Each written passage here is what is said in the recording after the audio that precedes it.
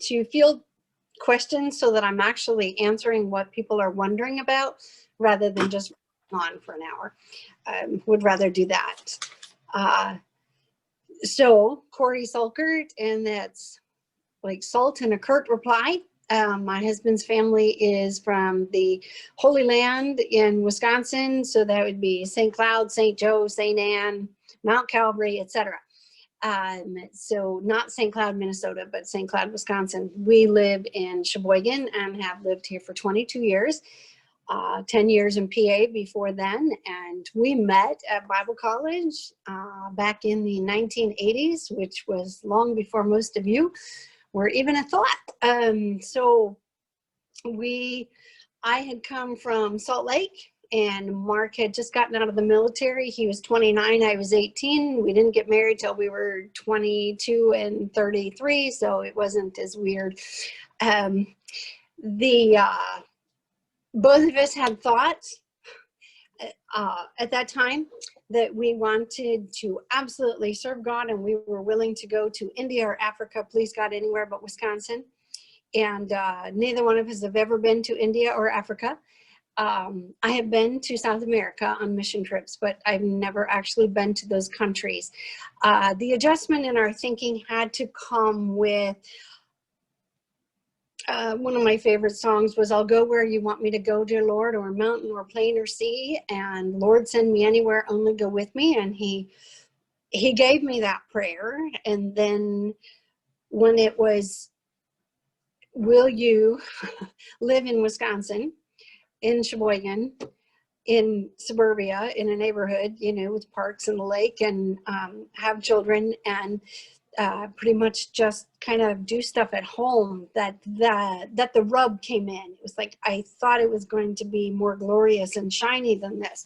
However, having been to the mission field, you get the candy version on a mission trip. You get to see all the highlights, you get in, do stuff that's really exciting, and then you go home and the missionary plods on. That's there full time. Most days in and out, they have to put their pants on the same way that you do. They've got to eat, they need to cook, they've got to do dishes. And so all of those very faithful, mundane things are pretty much a part of everyone's life. And you do get shinier moments, but if you've signed up for shiny thinking that that's really how God's going to use you, I think you'll probably end up a little more disappointed. So if I can, let me save you some of that. Sometimes the most faithful thing you can do is like get out of bed, make it, take a shower, and actually go to class. Make sure that you've eaten and that you're not too foolish with your free time. So God has used a lot of a little and a little and a little and a little things in our life to be able to help make a life easier to live for the children that we have. We have children whose parents were not able to do the next thing, who were not able to deal with diaper changes day in and day out, feedings. Our kids have meds, they have treatments, they have therapy. But a lot of their days revolve around the mundane.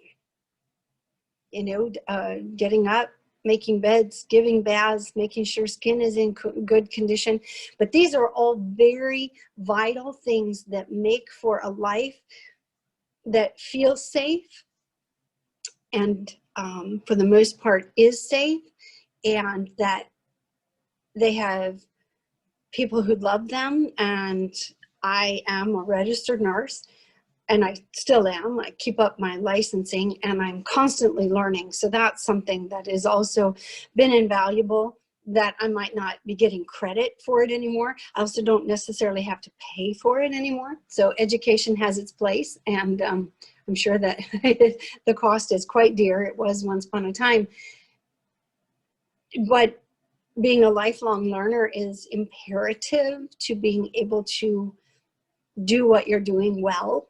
I think that being excellent in your work is something that God obviously values, because he talks about it in the Old Testament about how the men were in the, and women, the ones who wove the cloth and were metal workers and were singers, and that they were excellent in their work. And so there is a place for being the best that you can be without trying to strive for perfection, because there is no perfection this side of heaven. You'll get it right, and then there will be 10 more things that have to be done. And so not setting yourself up to feeling good about accomplishing a goal, and that if I could just get this done, then everything would settle out.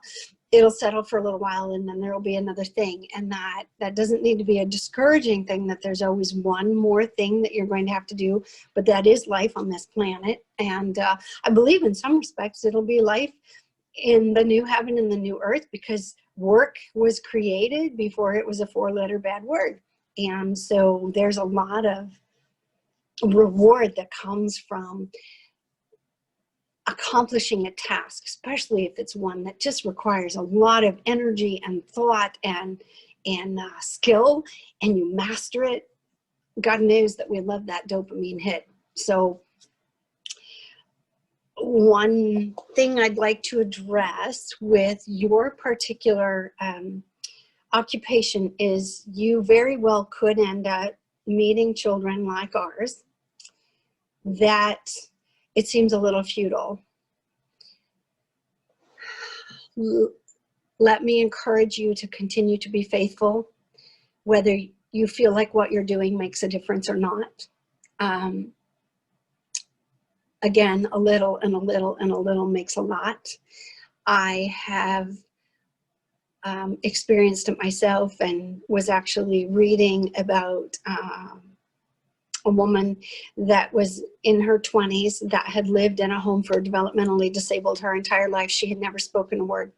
It was a Christian home, and they had sung hymns day in and day out. She'd never given any indication whatsoever that she heard that she had any comprehension of what was being communicated through the lyrics. And then it came to be that she was dying, and she just blew everyone in the home away because she was singing a hymn about heaven, and she knew the words and she knew the melody. And this is a person who they never thought had any comprehension of anything that was being said or sung to her. And it was a real gift there at the end to see that, oh, all that little and a little and a little makes a lot, gave this young woman the ability to sing a hymn about heaven just before she left to go there. So when you're working and you're trying to straighten out joints that are stiff because of neurological damage, and it doesn't seem like it's working very well, if that's your job to do, then do it, and do it with a mindset of they could be here another 100 years, probably not, but you know, they're going to live for a long time, so I'm going to do my job like they're going to. And then also with a mindset of you don't know necessarily what tomorrow holds. And so if this was the last time you had the ability to touch or talk to that person, it would be something that when they got to heaven, they would be able to glorify God with that memory. So nothing that you do is inconsequential. It all matters, and how you do it absolutely matters. And beginning well, keeping on well, and finishing well, and whether that means that you get B's because that's the best that you can do, or A's, no one's going to stop you in the grocery store line and ask you if you're a valedictorian of your high school class. It has never, I don't think ever fazed anyone. My husband was not impressed with my valedictorian status when I really wasn't able to cook. So there was something to be said for being able to read a recipe and put out a product that was a pleasure to eat, that would have been more valuable to him than my grade point average. But I can be taught, so I did figure some of that stuff out. I'm going to leave off right now, and then Jenna, if you can just tell me whether or not there are some questions. I don't know if people are able to type in and ask things that they would like to know. I can't go into a lot of detail about our two youngest ones that we have right now. They're still in process of being adopted, so there's not a lot I'm going to say on that front. We have had 9 children altogether. 4 of them were medically needed when they came to us and then left, and either went back to family or were adopted. And then the other 5, we've had 2 that have passed away. Emmeline died 8 years ago at 50 days of age, and Samuel Lavelle died at age 15 2 years ago, October 16th, after years and years of having vanishing white matter, and which is leukodystrophy. So his brain, essentially, the white matter disappeared, and was cerebral spinal fluid ended up filling his head. And I was reading today about some notes that were going back and forth trying to get his adoption accomplished before he died. And he had scans of his head and EEGs, and it was characterized by profound cerebral silence where there should have been activity. But I'm telling you, and you can actually Google, so today, my name, mom adopts teen weeks before death. That buddy, the day that he was adopted, smiled twice. I mean, like, face lit up 2 times. When he was named Samuel Lavelle Salchert, his face lit up. And then when he was made an honorary fighter for the Sheboygan Fire Department, his face once again lit up. And that one got caught on camera. I was holding his hand, and it's like, oh my goodness, can you see this? And the photographer that was there caught it. And so whether that's I don't care what you call it. Some people would say, his brain wasn't there. It was a frontal release kind of thing, whatever. You know what? You can have your science. He was not one that smiled very often, sometimes because you stroked his cheek, but nobody touched his face at that time. And it was so absolutely appropriate, given the moment, that we're just taking it, that what it is on whatever level, that boy knew what was happening, that it was a good thing for him, and he was made in the image of God. So whether he ever responded or not, we treated him with the dignity he deserved. That's so awesome. Yeah, if anyone has any questions, you can feel free. You can type it in the chat. You can talk directly to Cori, whatever you want to do. If anyone has any questions, you can type or talk. Otherwise, I have some questions that I can ask too. Jenna, I wanna ask one question. Yeah, go for it. So Cori, clearly, you have a passion for this, and I wrote down the comment that you said, it all matters. A thing my wife and I have been talking about lately is nothing is wasted. So I feel like those terms kind of, each moment in life really is there for a reason, and you can learn from it. Yeah. I'm just interested to hear, how do you keep from getting burnout? And I know that there's those moments of, like, those prayer times, right? Those intimate prayer times that you have, or those intimate verses or whatever. But at the same time, we all know those are, even within those great moments, it's just still tough and tiring and exhausting. So I'm interested, what is that thing for you? Or is it a, connect, or maybe it's more than one thing, but what are those things that you have that allow you to continue with this journey?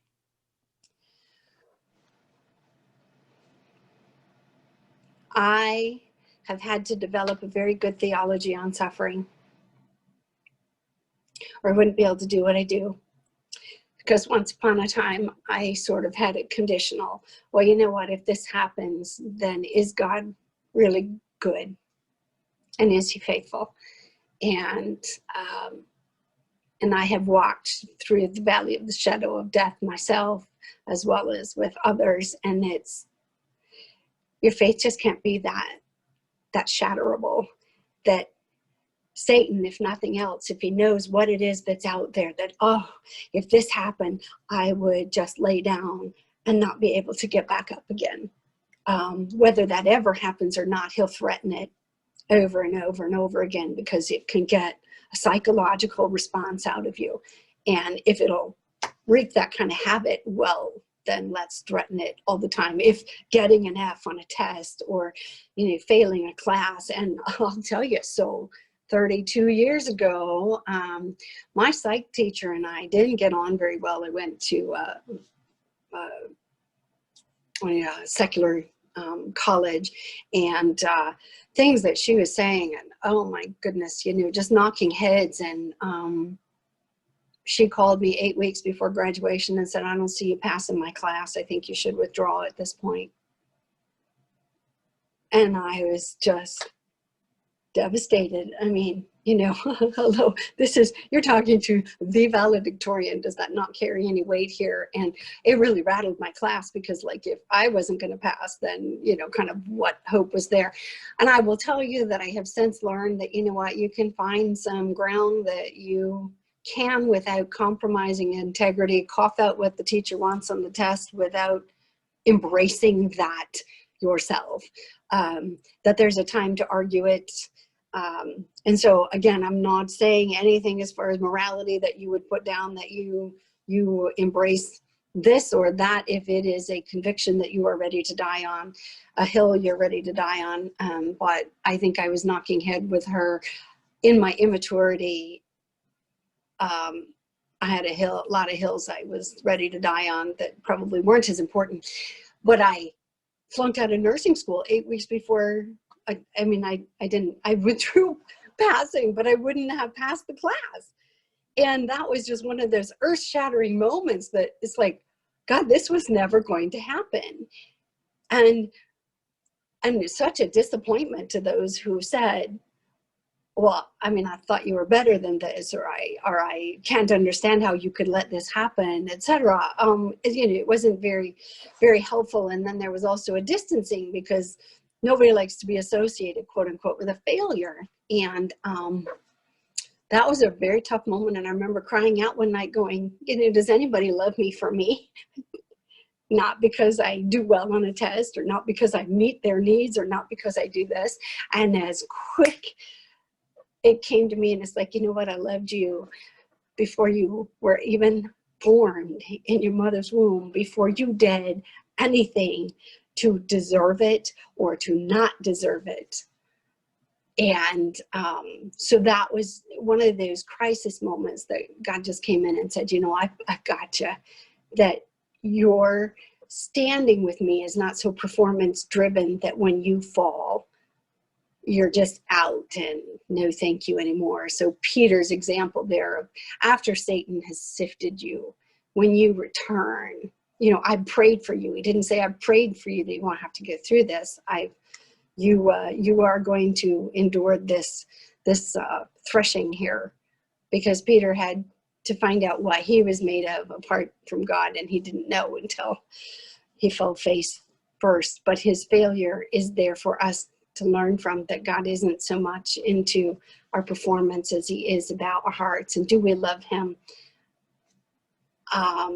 So developing a very good theology on suffering, I would say that I have spent a lot of time. One of the sites that I enjoy the most and have appreciated the most in a profound way is desiringgod.org, because I can type in questions like, if God heals diseases, then why isn't he doing it already?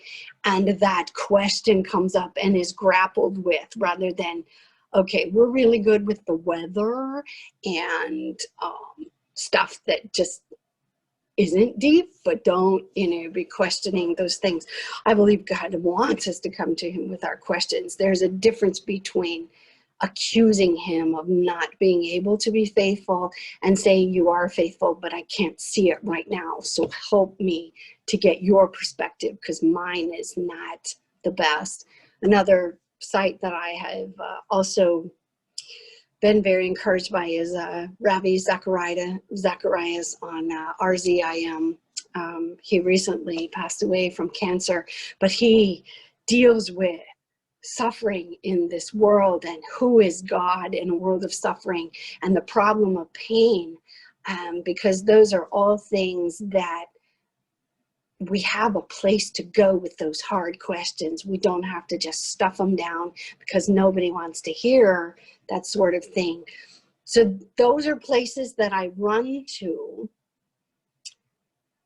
when I'm feeling weak or even angry because the suffering that I see in front of me or have experienced is knocking my legs out. And sometimes those faithful things of, I am at this time in Milwaukee, Wauwatosa.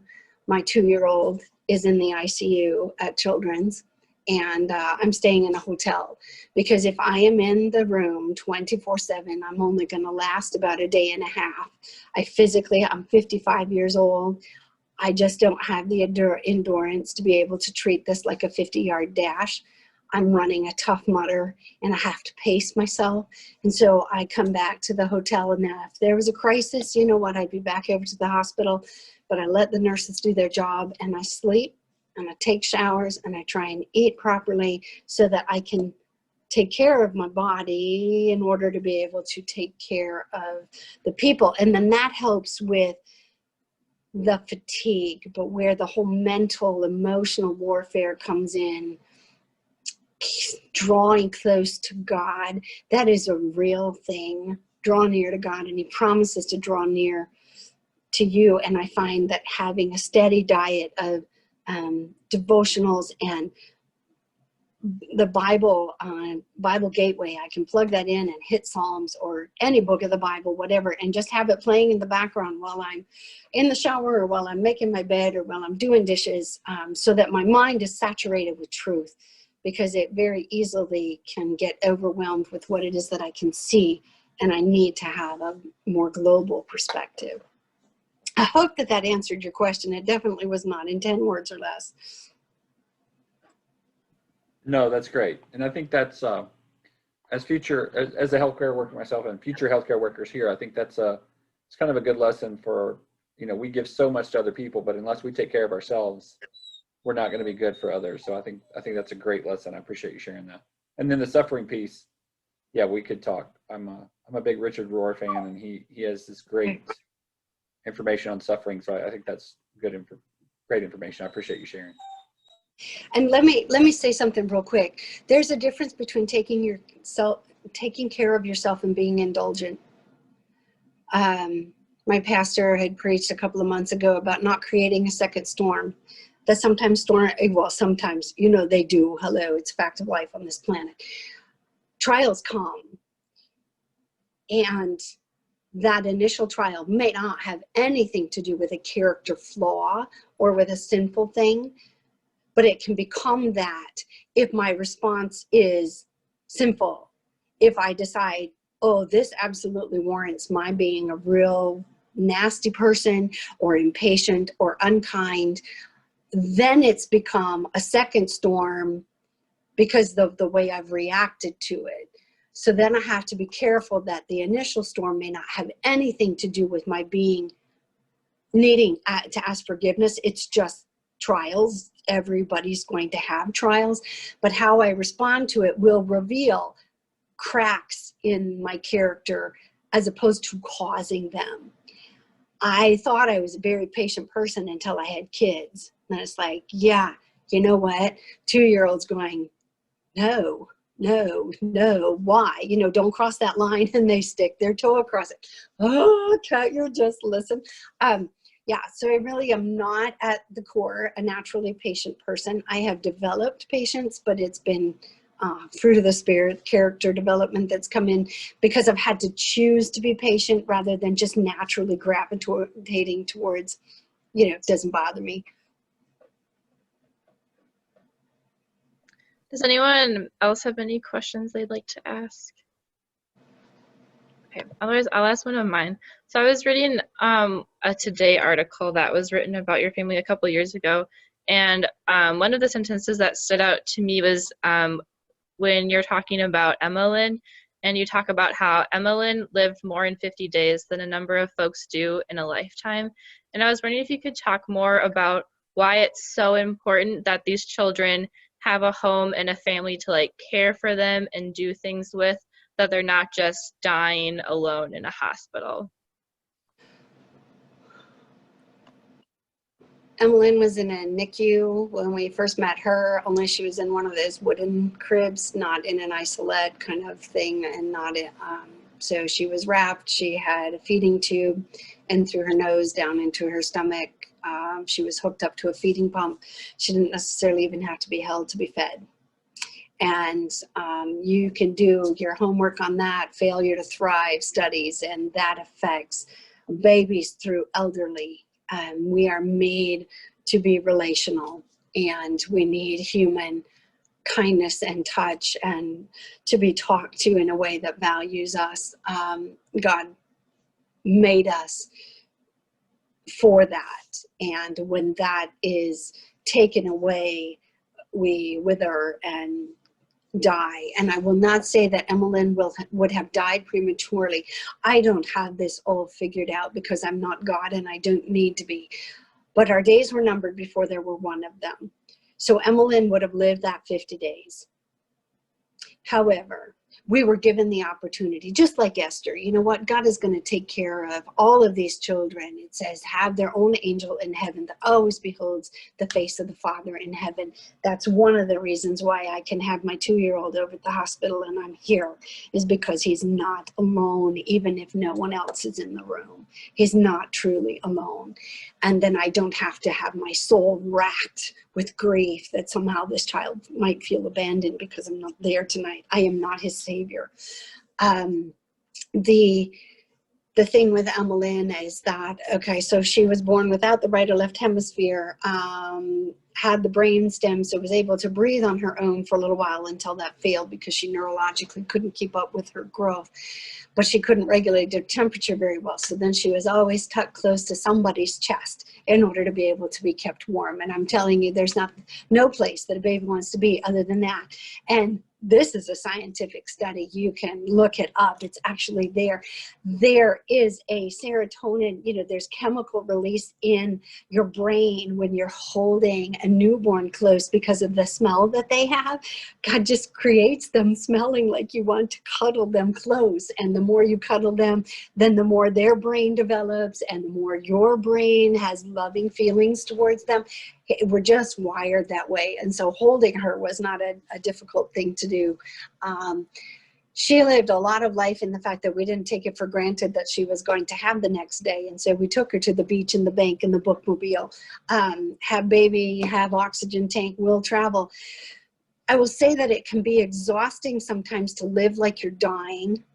So I do take a step back and it's like, you know what, if today is the last day, I've lived like I'm loved, whether I did anything crazy, amazing or not. We don't give our kids a Disney existence. Disney is not what they need. Not that there's not a place for that. But mostly what our kids need, and is something that we're really good at, is, just a lot of diaper changes and not hurling while, you're elbow deep in poop. So that's just a gifting, and so that you have to be able to deal with that, as well as having that human touch. John Piper from Desiring God, excuse me, my nose is just itching, had said that he believed, and there's nothing to discount it, but that we are able to remember whatever it is that would help us to glorify God when we're in heaven, that memories that would like drag us down and make us feel terrible or whatever, that'll all be left behind. But if we have good memories, that we'll be able to remember that when he talks about this great cloud of witnesses. I mean, hello, who is that? This cheering us on, going, you're almost home. You're almost home. Don't give up. yet.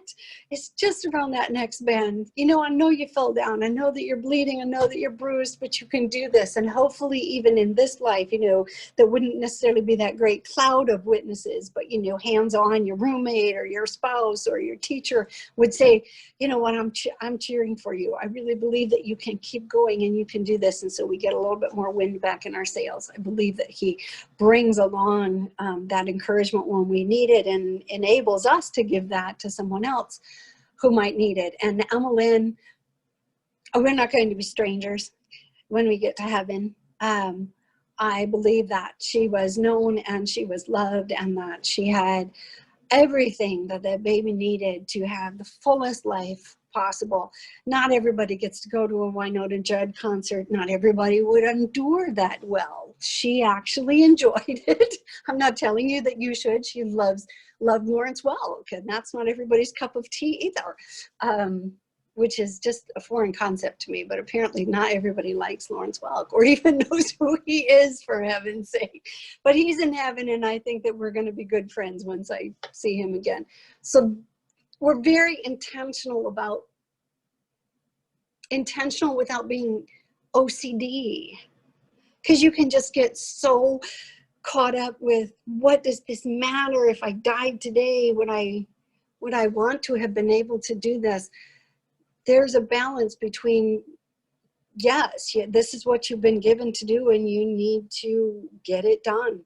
I will tell you, I had 2 teenagers that got in my car, and Johanna was the most easygoing of my kids, whatever. She's almost 27. So she got in the car and she slammed the door. It's like, excuse me, what is your problem? And Charity says, oh, it's just so lame, Mom. She wanted to go out with Sarah Jean for coffee and she's got to do her history assignment.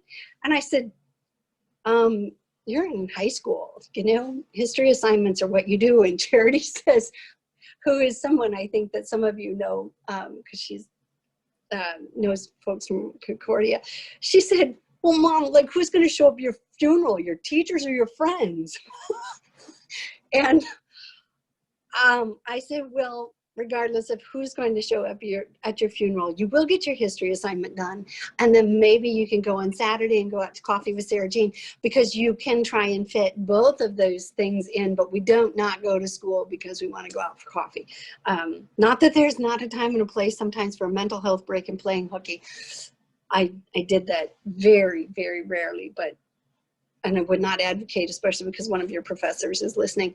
So I didn't just give you permission to do that. But and I emailed the teachers and said, Charity is saying that, you know, doing schoolwork is lame because who's going to come to your funeral, your teachers or your friends?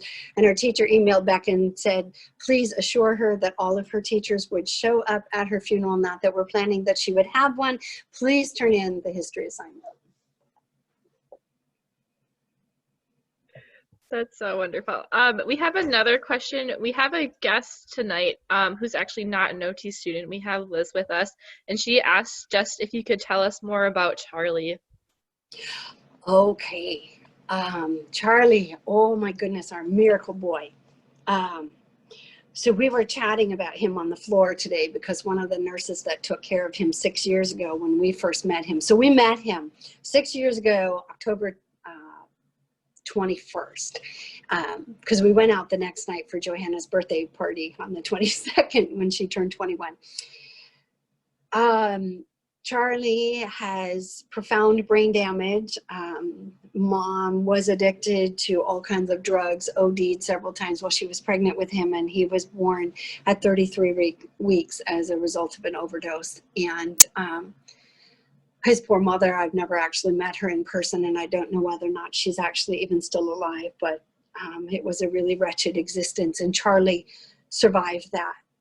And one of the things that was so telling with the therapist is that they said, you know, his fists were like this in the womb where they're supposed to be free. They were clenched, and he's got very deep creases because it was a hostile environment for him, but he survived that. He survived it. And we met him at 4 months of age, and he had a trach. And I thought, Oh my word, I don't know anything about trach, but you know, lifelong learner, I can be taught. And the nurse that I was talking to today, who had remembered us then, triggered a memory of mine that one night after a very long day of education and hands-on learning with him, he was so overcome with secretions that it was just a constant suctioning effort. And I was just exhausted looking at him. And I thought, I don't know if I can take you home like this. How am I supposed to do this at home? And we left for the night, and this nurse was on. And by the time we got back the next morning, Charlie had a ventilator because the secretions were so overwhelming that they couldn't just do the trach collar. So he had a ventilator, which helped him to calm down, actually, and then, you know, did the breathing for him so that he wasn't having, and then he was given medications to help dry up those secretions a little bit so it wasn't so crazy. And so then I had to learn about, oh, now he's got a ventilator, and that has been a bane and a blessing. It was not until Charlie was about 16 months old, October, 5 years ago, we were in process of adopting Charlie. And I had just put all of the paperwork in the mail, and they go over your life with a fine-tooth comb. Not even just a fine-tooth comb. I don't know how many of you have had lice, but a knit comb is much finer than a fine-tooth comb. And it's up to us to decide whether or not that process is humiliating or humbling. To have someone combing through, and they want to know about your finances, and they want to know about your childhood, and they want to know about your marriage, and they want to know about your dating, and they want to know about your kids, they want to know about your friends, and they want to know everything that could potentially be a hazard for an adoption. Had just mailed all that paperwork out, and I came home, and I walked by Charlie, and I did the once over, and then I walked into the kitchen with the groceries, put the groceries down, and just that fast, the pull socks went off. And I came back in because sometimes it went off because he wiggled or, you know, sunlight, etc. But this time it was for real, and he was dark gray. And I went to turn on the suction machine, and it was full, and I hadn't noticed that 2 minutes before. So I'm racing across the room, and I ran into the mudroom to grab his other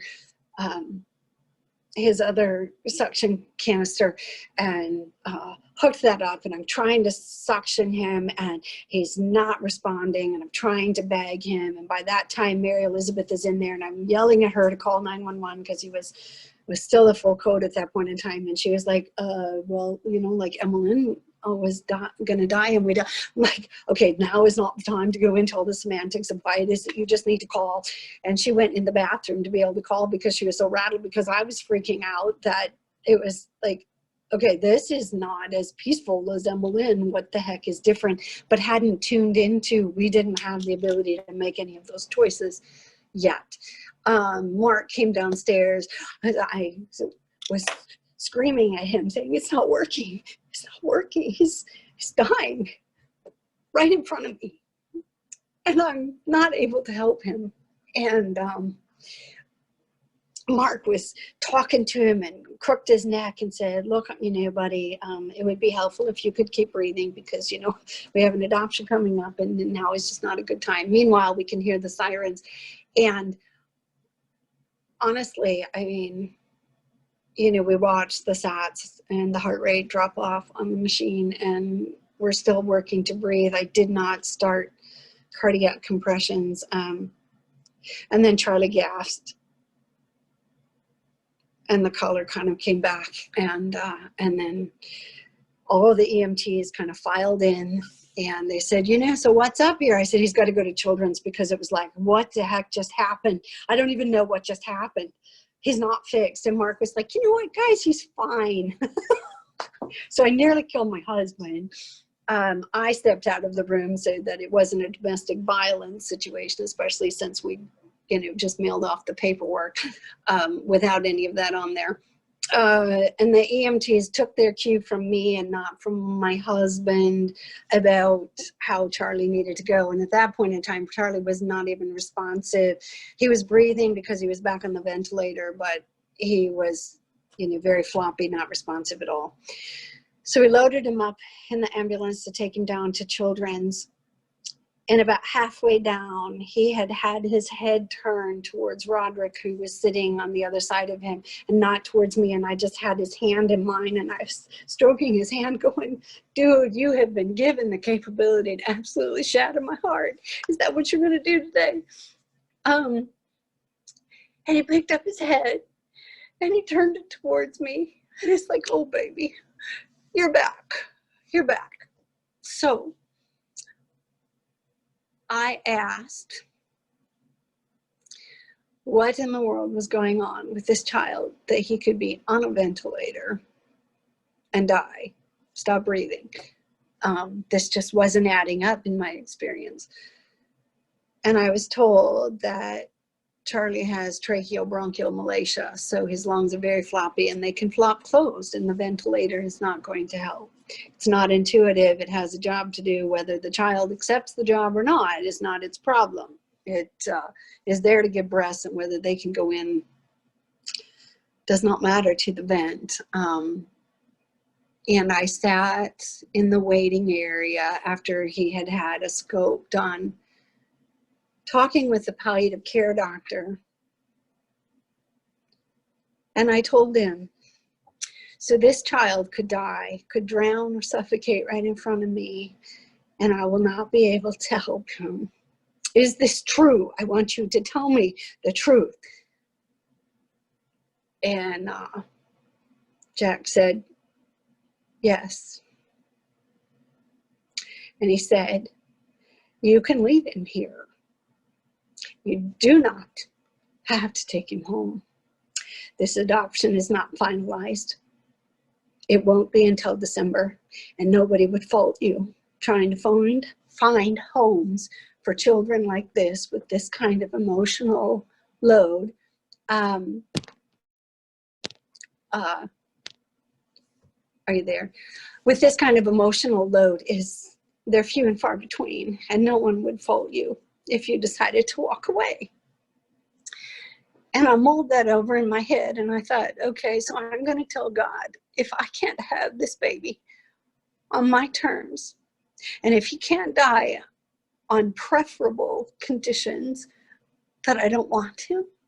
Is that really what I'm saying? And I had a chance to chew on that. And then I turned to Jack and I said, because I'm a huge football fan, I said, even knowing what I know now about Charlie and what he's got going on here, I still would have suited up and played the game. And he said, yes, you would have. And that was the acknowledgement that I needed in order to buck up and be braver than I felt like I could be. And that was 5 years ago. And Charlie has had numerous occasions since then when his lungs have flopped closed. And we have waded in, and we have suctioned, and we have bagged. And he obviously has responded because he's still alive. But I have followed him a few times behind the ambulance when he's had respiratory infections that were just overwhelming to him. And there's a song by, I believe it's Big Daddy Weave, called I Know. I know that you are good. And I know that you are kind. And there's so much more than all I would leave behind. And you should listen to it for yourself. But I have followed behind that ambulance and said, dear God, if it's time for him to go, then you don't let him hang on for us, because that's not a good enough reason to stay. So if you're going to take him home, then you take him home, and then you'll put us back together. So we are allowing our hearts to break, and they will. But we know, and I had said that in one of the Today articles, you know what, our hearts are like stained glass. And that stained glass I mean, he's got a stained glass window of a lighthouse, and it's got waves, and it's got these little itty bitty tiny pieces of shattered glass that create the water effect, and it's absolutely beautiful. But if you came up on a pile of those shards, more than likely, unless you make stained glass, you'd sweep it up into a dustpan and throw it in the trash, because it's like, what good is it? But I believe on such a greater scale, God is able to take all of those pieces, no matter how tiny they are. And when he puts them back together, oh my word, is it a work of beauty to behold? That if you just had the piece of glass, it'd be like, well, that's a nice pink, that's a nice blue. But like, what good is it in its whole state? But not until it's cut all apart and then put together by the master's hand is it something that becomes valuable.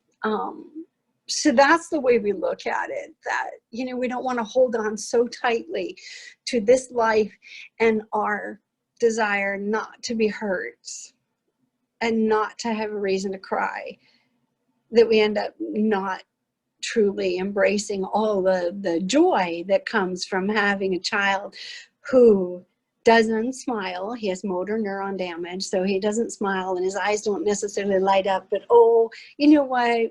We know that he knows that we're there. And I tested that out one time. We went out to my mother-in-law's place, and Charlie was in his seat, and he had his head turned the opposite way, and Mark was on this side. My husband was on his right, and Charlie's head was turned to the left.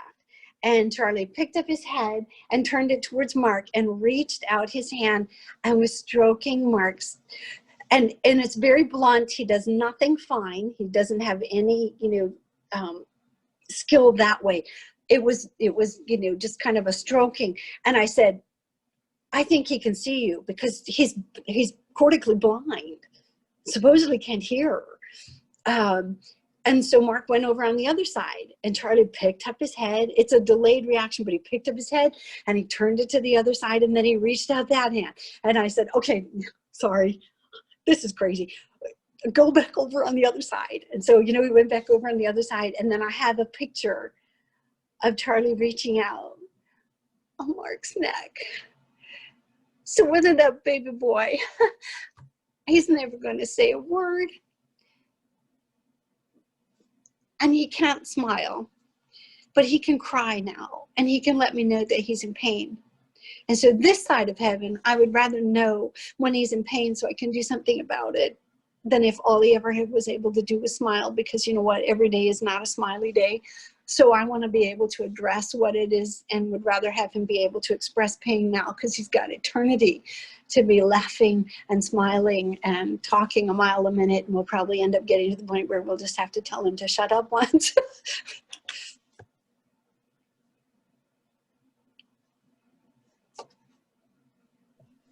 That's so awesome. I think I saw on a Facebook post that was shared with me that Charlie's doing some school stuff. Is that right? He is. Yeah, can you talk about that? I think that's so interesting, especially as OTs. A lot of us are looking to work in schools. Just if we could hear more about his experience with that, I think that's so awesome. Yeah.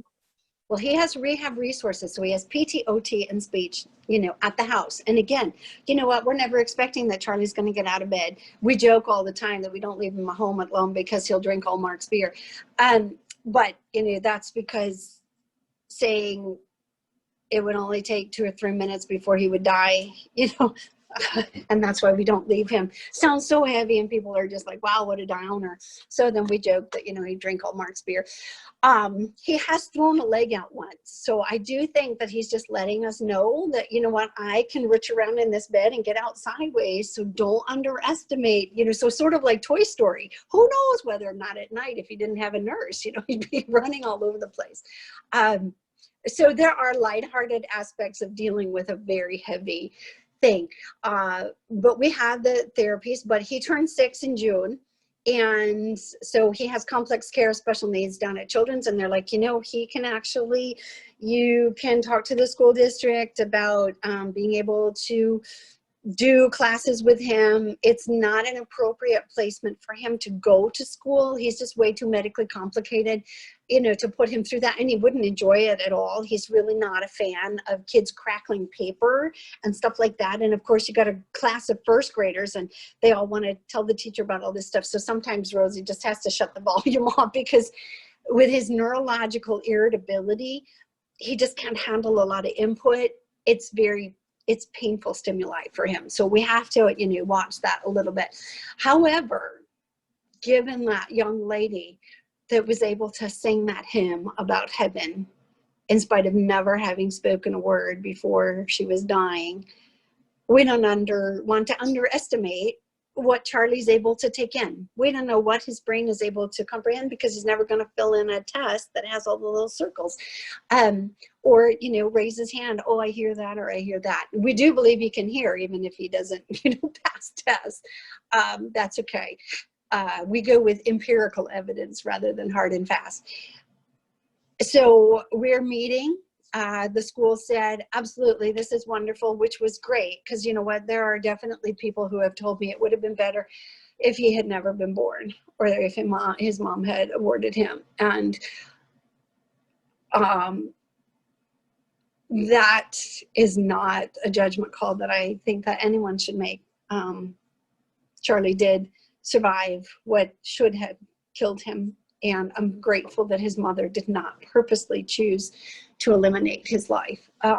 So we are blessed by the fact that Charlie is part of our life, and we don't see him as a burden and a responsibility that we wished wasn't there.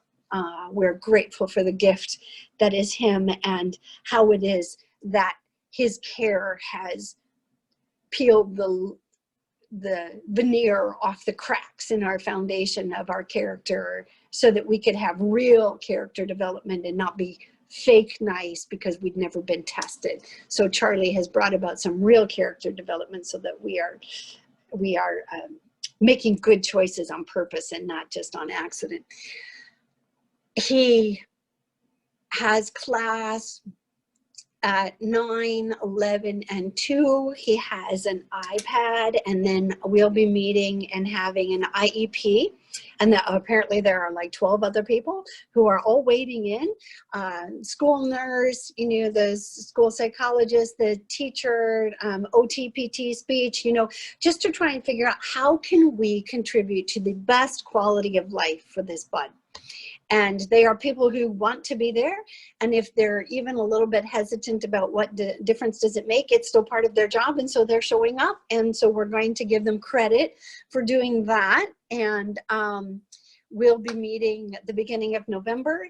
And right now, just as a matter of prayer, Charlie's day nurse had a stroke over the weekend and has lost the use of her left arm and hand, and her ability to like text and write, and couldn't carry Charlie. So she's in rehab in Fond du Lac right now, but she's in her 60s and she's like his best bud. And so he doesn't necessarily understand why she's not there, so he's not real super stressed out about it. But for Rosie, who loves Charlie like her own, you know, this has been really difficult. And I called her yesterday and I said, you know, he's playing hooky at this point. I'm down at Children's with the 2-year-old. Mark's trying to hold the fort down at home, and Charlie's not been going to school. So, you know, this is it got to be a good enough reason to be ditching.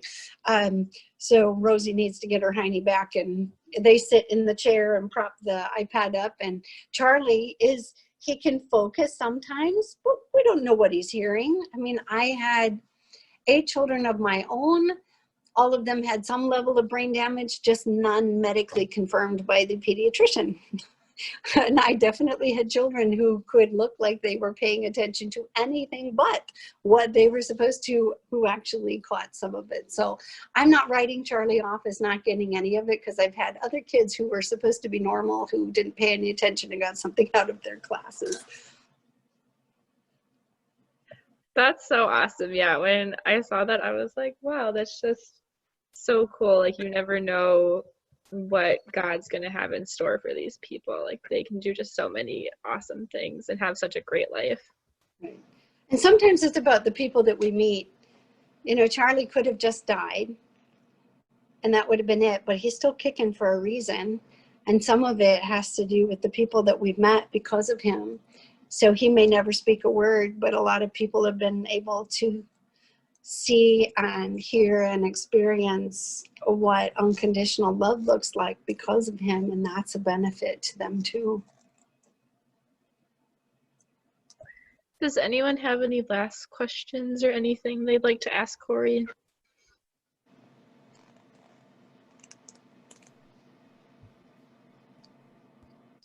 Okay, I guess maybe kind of like a good last closing question would be, so you talk about your experience as a caregiver and how amazing and hard and beautiful and everything that involves in it.